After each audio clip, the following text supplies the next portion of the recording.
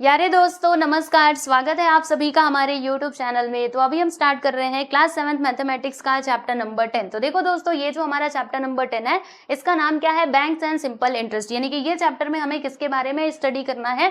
तो देखो दोस्तों, हम यहाँ पे बैंक के बारे में जानेंगे और इसी के साथ ही जो हमारा सिंपल इंटरेस्ट होता है इसकी भी चर्चा हम यहाँ पे करने वाले हैं। ठीक है, तो देखो दोस्तों, आप लोगों को बताना चाहूंगी कि ये जो हमारा चैप्टर नंबर 10 है ना, इसमें कितने प्रैक्टिस सेट दिए गए हैं? तो इसमें 2 प्रैक्टिस सेट दिए गए हैं। एक तो है दोस्तों हमारा प्रैक्टिस सेट नंबर 40 और दूसरा क्या है? Practice set number 41। ठीक है, तो सबसे पहले मैं क्या करने वाली हूँ, इस चैप्टर का जो इंट्रोडक्शन है ना, यानी बैंक और जो हम लोग अकाउंट ओपन करते हैं उसके टाइप्स हम यहाँ पे सबसे पहले तो डिस्कस कर लेंगे, जो आपके चैप्टर के फर्स्ट पेज पे ही दिया गया है, तो उसे भी आप लोग को समझना जरूरी है। तो इसीलिए मैंने सोचा कि वो सारी चीजें आपको एक्सप्लेन कर दी जाए और तब जाके हम लोग ये प्रैक्टिस सेट के क्वेश्चंस सॉल्व करें तो ज्यादा अच्छा होगा। ठीक है ना, तो इसीलिए ये लेक्चर नंबर 1 में हम लोग क्या करने वाले हैं, इसका जो इंट्रोडक्शन है ना बच्चे, उसको कवर करने वाले हैं। फिर जो हमारा अगला वीडियो होगा उसमें हम प्रैक्टिस सेट 40 को स्टार्ट कर देंगे। ठीक है, बात समझ में आ गई आप सभी लोगों को? तो चलिए भैया शुरू करते हैं और समझते हैं किसके बारे में, बैंक और ये जो हमारे अकाउंट्स होते हैं, बैंक के अंदर जो हम अकाउंट्स खोलते हैं उसके बारे में जरा यहाँ पे चर्चा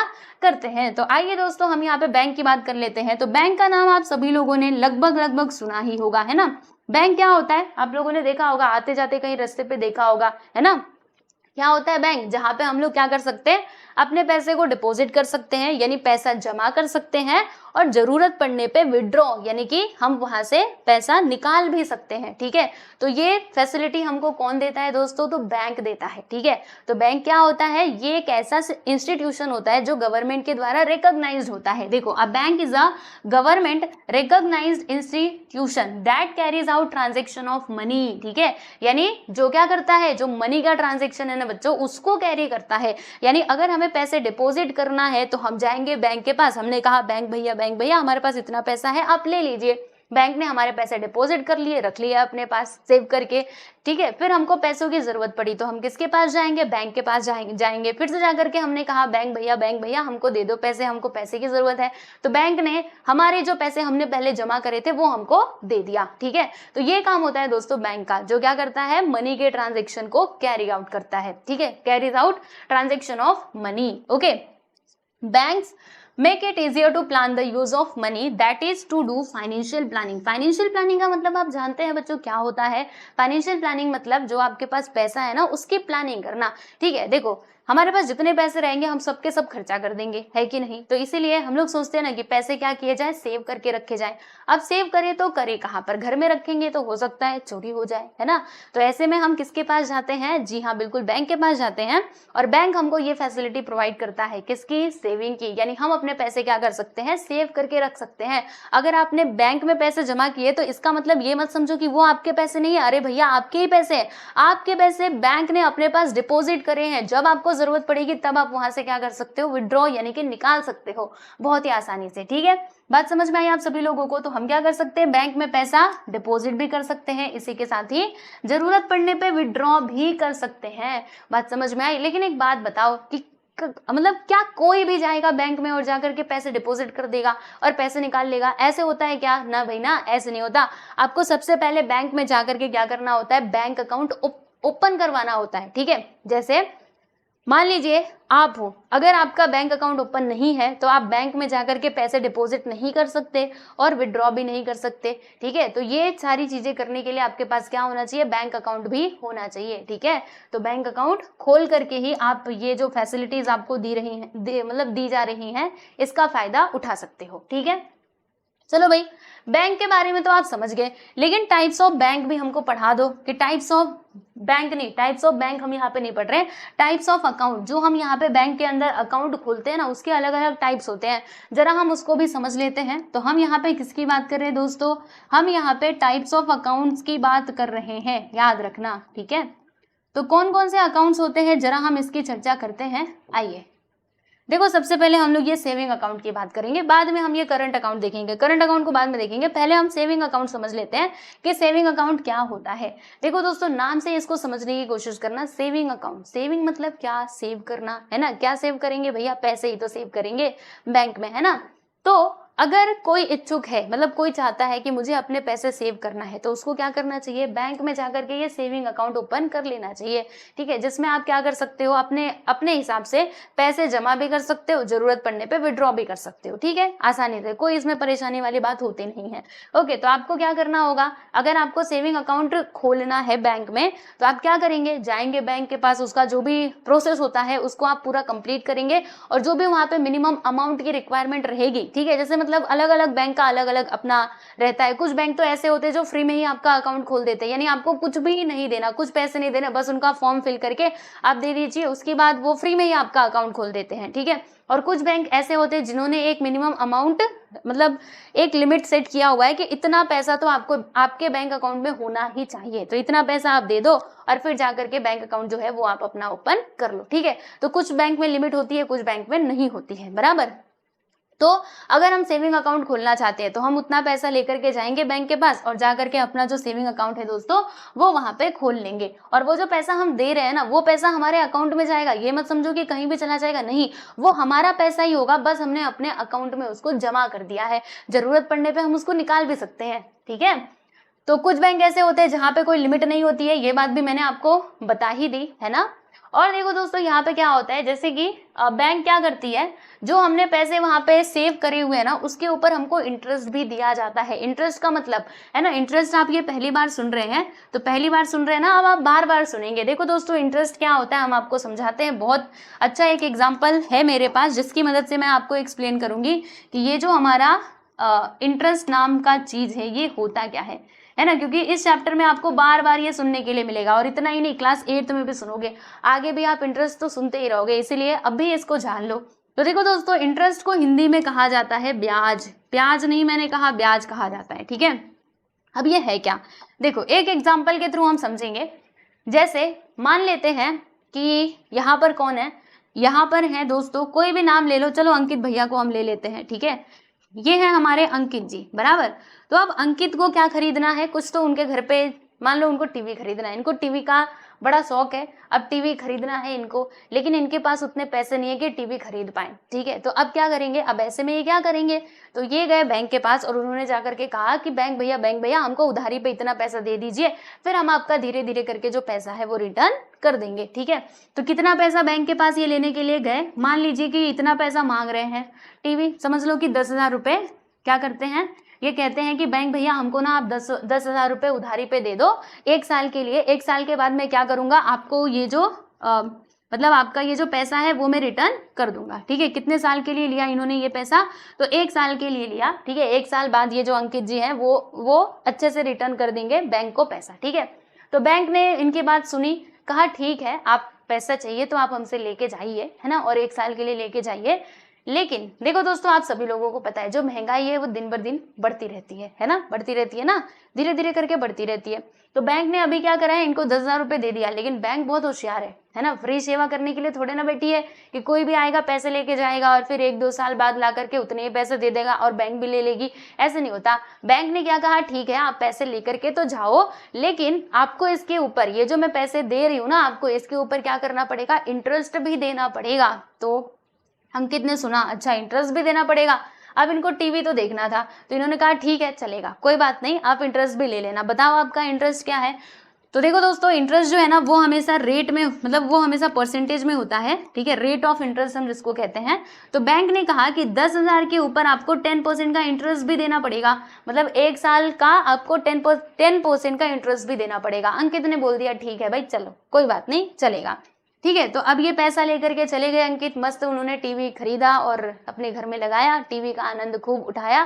फिर 1 साल जब बीत गया तो अब पैसे देने थे ना बैंक को, तो कितना पैसा ये देंगे, देखो बैंक के पास गए, ये बैंक के पास जाकर के बोला कि बैंक भैया ये आपका 10,000 रुपये ले लो, है ना, जो मैंने पहले 10,000 रुपये बोरो किया था वो आप ले लो। बैंक ने कहा रुको, हमने आपको कहा था ना कि इंटरेस्ट भी लगेगा, फिर इंटरेस्ट वाला अमाउंट किधर है, दिखाओ हमें। तो अंकित ने कहा हाँ ये बात तो है। तो फिर अंकित भैया ने क्या करा बताओ, ये जो 10,000 रुपये था इसके ऊपर 10% जो इंटरेस्ट है वो भी इन्होंने बैंक को दिया।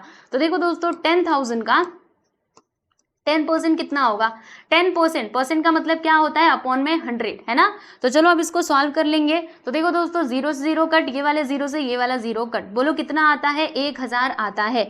यानी कि अंकित जी को क्या करना पड़ेगा, ये 1000 रुपये और एक्स्ट्रा भी देना पड़ेगा। ये जितना अमाउंट इन्होंने बोरो किया था वो तो बैंक तो लेके रहेगी, है ना, उससे तो इनका पीछा नहीं छूट सकता, लेकिन इसके ऊपर इतना तो देना ही है, लेकिन उसके ऊपर उनको इंटरेस्ट भी देना है, बराबर। तो ये 1000 रुपये क्या करेंगे, वो और देंगे। यानी टोटल कितना पैसा देना पड़ेगा भैया, तो इनको ना 11,000 रुपये जो है वो पे करने पड़ेंगे। किसको पे करने पड़ेंगे दोस्तों, बैंक को पे करने पड़ेंगे, ठीक है। तो देखो इसमें हमने ये जो 1000 देखा ना बच्चे, यही हमारा क्या था, यही हमारा इंटरेस्ट था।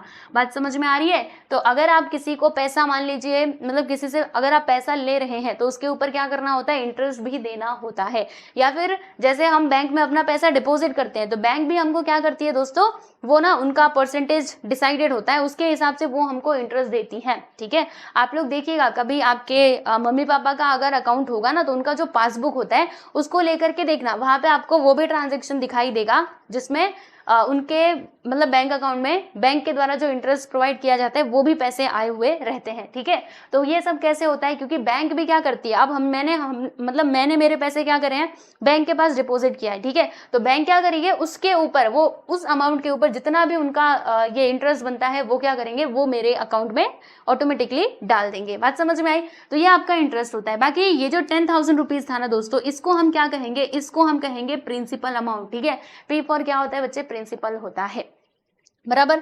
चिंता मत करो, अभी आपको इसके बारे में पूरा डिटेल में मैं आगे बताऊंगी, जब हम लोग प्रैक्टिस सेट करेंगे ना तो वहां पर समझाऊंगी। अभी फिलहाल के लिए अगर आपने इंटरेस्ट समझ लिया तो ये बहुत अच्छी बात है, ठीक है। चलिए, तो हम किसकी बात कर रहे थे, सेविंग अकाउंट की बात कर रहे थे। तो इसमें हमने क्या देखा कि बैंक क्या करते हैं, सेविंग अकाउंट होल्डर को जो इंटरेस्ट है ना बच्चे वो भी देते हैं, यानी उनका जितना पैसा जमा है उसके हिसाब से उसके ऊपर आपको इंटरेस्ट दिया जाता है, ठीक है। और यहाँ पर देखिएगा हम लोग क्या कर सकते हैं, there are some restrictions on how often money can be withdrawn from this account. यानी कि यहाँ पर क्या होता है दोस्तों, कुछ रिस्ट्रिक्शंस होते हैं, बराबर, कि आप एक दिन में मतलब एक लिमिट होती है कितने बार पैसे जो है वो निकाल सकते हो, बराबर।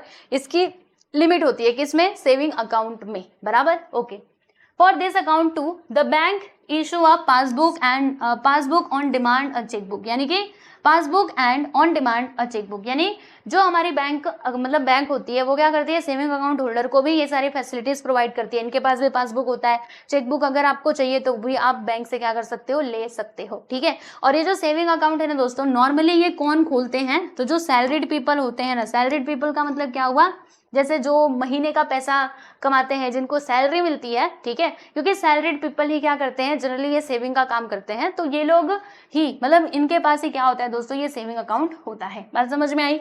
चलिए भैया आगे बढ़ते हैं। तो हमने यहाँ पे सेविंग अकाउंट के बारे में तो जान लिया, अब हम बात करेंगे दोस्तों किसकी, जी हाँ, करंट अकाउंट की हम बात करेंगे। तो दोस्तों करंट अकाउंट क्या होता है, आइए जरा मैं आपको इसके बारे में बताती हूँ।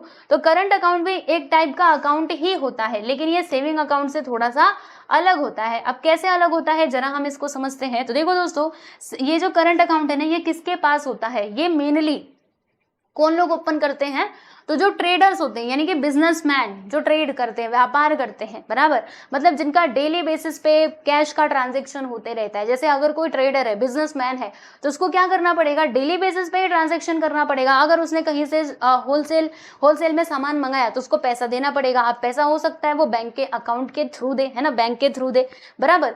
तो और इसके अलावा अगर मान लीजिए उसने किसी को सामान बेचा, तो सामान बेचा, बल्क में बेचा, तो कस्टमर भी हो सकता है कि उसको पेमेंट करे डायरेक्टली बैंक में, है ना। तो ये जनरली किसके लिए होता है, तो जो क्या करते हैं डेली बेसिस पे, जिनका मनी का ट्रांजेक्शन होते रहता है। जनरली ये जो सेविंग अकाउंट वाले हैं वो डेली बेसिस पे बार बार पैसे जाकर के डिपॉजिट करेंगे क्या, नहीं, क्योंकि उनको सैलरी मिलती है भाई महीने के अंत में, ठीक है, तभी जाके वो अपना सेविंग कर पाएंगे। लेकिन ये जो करंट अकाउंट है, अगर मतलब करंट अकाउंट किसके लिए होता है, जो बिजनेसमैन होते हैं, जिनका डेली बेसिस पे पैसा आता जाता रहता है, उनके पास ये अकाउंट होता है, ठीक है। अब ये जो अकाउंट होल्डर है, यानी करंट अकाउंट होल्डर, वो क्या कर सकते हैं, पैसा डिपॉजिट कर सकते हैं, विड्रॉ कर सकते हैं, any number of times in a day, यानी एक दिन में कितने बार भी आप पैसा जमा कर लो, कितने बार भी पैसा निकाल लो, आपको कोई कुछ नहीं कहेगा। जबकि सेविंग अकाउंट में कैसा था कि एक लिमिट होती है, रिस्ट्रिक्शन होता है कि आप इतने बार ही पैसा निकाल सकते हो, इतना ही निकाल सकते हो, क्योंकि वो सेविंग अकाउंट है। और ये है करंट अकाउंट, सबको पता है ये बिजनेसमैन का अकाउंट है, तो पैसे आते जाते रहेंगे, ठीक है। तो इसमें कोई रिस्ट्रिक्शन नहीं होता है, कितने बार भी आप पैसे निकाल सकते हो, डाल सकते हो, ठीक है। और इसमें भी बैंक जो है वो पासबुक इशू करते हैं एंड ऑल्सो चेकबुक भी, ठीक है। और एक और बात समझिएगा, जैसे हमने सेविंग अकाउंट में देखा था कि बैंक वाले क्या करते हैं, वो इंटरेस्ट देते हैं ना अपने अकाउंट होल्डर को, लेकिन करंट अकाउंट में ऐसा कुछ नहीं होता। द बैंक डज नॉट, कहाँ पे चले गए, द बैंक डज नॉट पे any interest on the money in this type of account, यानी करंट अकाउंट होल्डर को जनरली जो ये होता है ना इंटरेस्ट, वो नहीं देते हैं बैंक, ठीक है। और money can also be withdrawn और डिपोजिटेड बाई चेक, यानी चेक के द्वारा यहाँ पर मनी को डिपॉजिट और विड्रॉ किया जा सकता है बहुत आसानी से, ठीक है। तो करंट अकाउंट भी आपको समझ में आ गया होगा, बस हमको ऊपर ऊपर से इसको समझना है ना, कि ये अकाउंट क्या होते हैं, कैसे होते हैं, ठीक है। चलिए भैया आगे हम चलते हैं। अब यहाँ पर हम देखेंगे दोस्तों फिक्स डिपॉजिट, इसी के साथ ही रिकरिंग डिपॉजिट देखेंगे, और फिर आपका ये जो कॉन्सेप्ट है, मतलब ये जो आपका थियरी वाला पार्ट है, ये हो जाएगा कंप्लीट, ठीक है। अभी 2 और अकाउंट हमको पढ़ने हैं। आओ भैया रिकरिंग डिपॉजिट अकाउंट हम पढ़ लेते हैं। तो दोस्तों रिकरिंग डिपॉजिट अकाउंट क्या होता है, इसको समझिएगा। देखिए रिकरिंग का मतलब क्या होता है, अगेन एंड अगेन, बार बार होना, ठीक है। देखो मैं आपको इसका मतलब बता ही देती हूँ। यहाँ पे इसका मतलब होता है again and again, again and again, यानी कि बार बार होना। अब क्या होगा बार बार, बताती हूँ। देखो इसमें जो हमारे अकाउंट होल्डर है, अकाउंट होल्डर किसको कहा जा रहा है, जो जिनका बैंक में अकाउंट है, ठीक है। अकाउंट होल्डर जो है they can decide the amount to be deposited every month in the account, यानी इसमें क्या होता है ना कि एक फिक्स इंटरवल होता है, मतलब फिक्स पीरियड होता है, जिसमें आपको क्या करना होता है, एक अमाउंट भी फिक्स होता है जो आपको बैंक में ले जाकर के डिपॉजिट करना होता है। आपने मतलब सोच लिया है कि मुझे हर महीने इतना पैसा क्या करना है, बैंक में ले जाकर के जमा करना है, तो आप हर महीने जाओगे और बैंक में ले जाकर के जमा करोगे, ठीक है। तो वही बात है, जो अकाउंट होल्डर है दोस्तों वो डिसाइड करते हैं कि कितना पैसा उनको एवरी मंथ बैंक में ले जाकर के डिपॉजिट करना है, ठीक है। और यहाँ पर क्या होता है, इसमें भी जो बैंक है ना वो इनको इंटरेस्ट प्रोवाइड करती है, लेकिन ये वाला जो इंटरेस्ट है ना दोस्तों ये थोड़ा सा ज्यादा होता है as compared to saving account, यानी सेविंग अकाउंट में जो इंटरेस्ट मिलता था उससे ज्यादा इंटरेस्ट इनको मिलता है। देखो यहाँ पे लिखा है कि the bank gives an interest on the deposit which is more than, देखो which is more than that paid for the saving account, ठीक है। Such an account is the means of compulsory saving, यानी आपको क्या करना है भैया, देखो सेविंग अकाउंट हमने खोला था ना, तो उसमें क्या था कि आपने मतलब आपको मन किया तो किसी महीने में आपने पैसा डाला, किसी महीने में नहीं डाला, आपकी मर्जी है ना। चाहो तो ऐसे ही अकाउंट खोल करके छोड़ सकते हो, आपको कोई कुछ नहीं कहेगा, ठीक है। लेकिन इसमें क्या होता है कि ये कंपल्सरी सेविंग यहाँ पे क्यों कहा गया है, क्योंकि आपने डिसाइड कर लिया भैया कि हमको हर महीने इतना पैसा तो जाकर के बैंक में जमा करना, मतलब करना ही है, इसीलिए कहा गया है कि सच an account is a means of compulsory saving. बात समझ में आई? ओके जी। फिर यहाँ पे इसके बारे में कुछ और बातें हैं, ज्यादा कुछ इंपॉर्टेंट नहीं है, लेकिन आपको बता देती हूँ। देखो ये जो है ना ये ज्यादा कन्वीनियंट कब हो सकता है कि जॉइंट अकाउंट हो तब, जैसे मान लीजिए हस्बैंड या वाइफ का, ठीक है, मतलब दोनों का जॉइंट अकाउंट, ठीक है। जॉइंट अकाउंट के लिए ये ज्यादा बोल सकते हैं कि वहां पे ये कन्वीनियंट होता है, सुविधाजनक होता है, ठीक है।